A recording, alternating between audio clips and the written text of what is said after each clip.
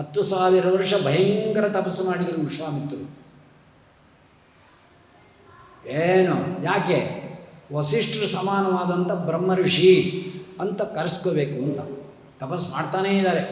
ಋಷಿಗಳಲ್ಲೂ ತಾರತಮ್ಯ. ಮಹರ್ಷಿ, ಪರಮ ಋಷಿ, ಕಾಂಡ ಋಷಿ, ಬ್ರಹ್ಮ ಋಷಿ, ಏಕ ಋಷಿ, ತ್ರಿತಾ ಋಷಿ, ಎಲ್ಲ ಋಷಿಗಳು ಇದೆ. ಅದರಲ್ಲಿ ಬ್ರಹ್ಮ ಋಷಿ ಅನ್ನೋದು ವಸಿಷ್ಠರು. ಅವರ ಸಮಾನ ಅನ್ನೋದನ್ನು ನಾನು ಹೊಂದಬೇಕು ಅಂತ ತಪಸ್ಸು ಮಾಡ್ತಾಯಿದ್ದೆ 10,000 ವರ್ಷ. ಬ್ರಹ್ಮದೇವರ ಹತ್ರ ಹೋಯಿತು. ಇದು ಸ್ವಲ್ಪ ಮೇಲಿನ ಸಂಪತ್ತು, ಏದಮಾನಂ ದಿಟು. ತಪಸ್ಸು ಕೆಡಿಸ್ಬೇಕು ಅಂದರು.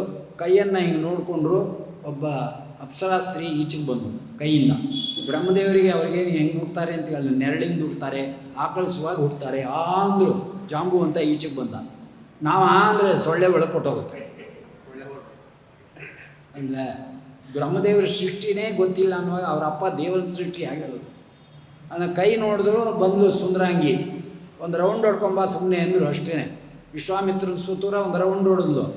ಅಲ್ಲೇ ತಪಸ್ಸು ಹೋಯಿತು. ಅವಳನ್ನು ನೋಡಿದ್ರು, ಹೊರಟ್ಬಿಟ್ರು ಜೊತೆಯಲ್ಲಿ.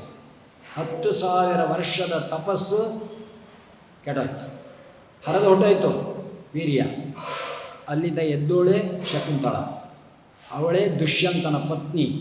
ಅವಳೇ ನಮ್ಮ ಸಾಕು ಮಗಳು ಕಣ್ವ ಋಷಿಗಳಿಗೆ. ಅವರಲ್ಲಿ ಉತ್ಪನ್ನನಾದವನೇ ಭರತ ಚಕ್ರವರ್ತಿ.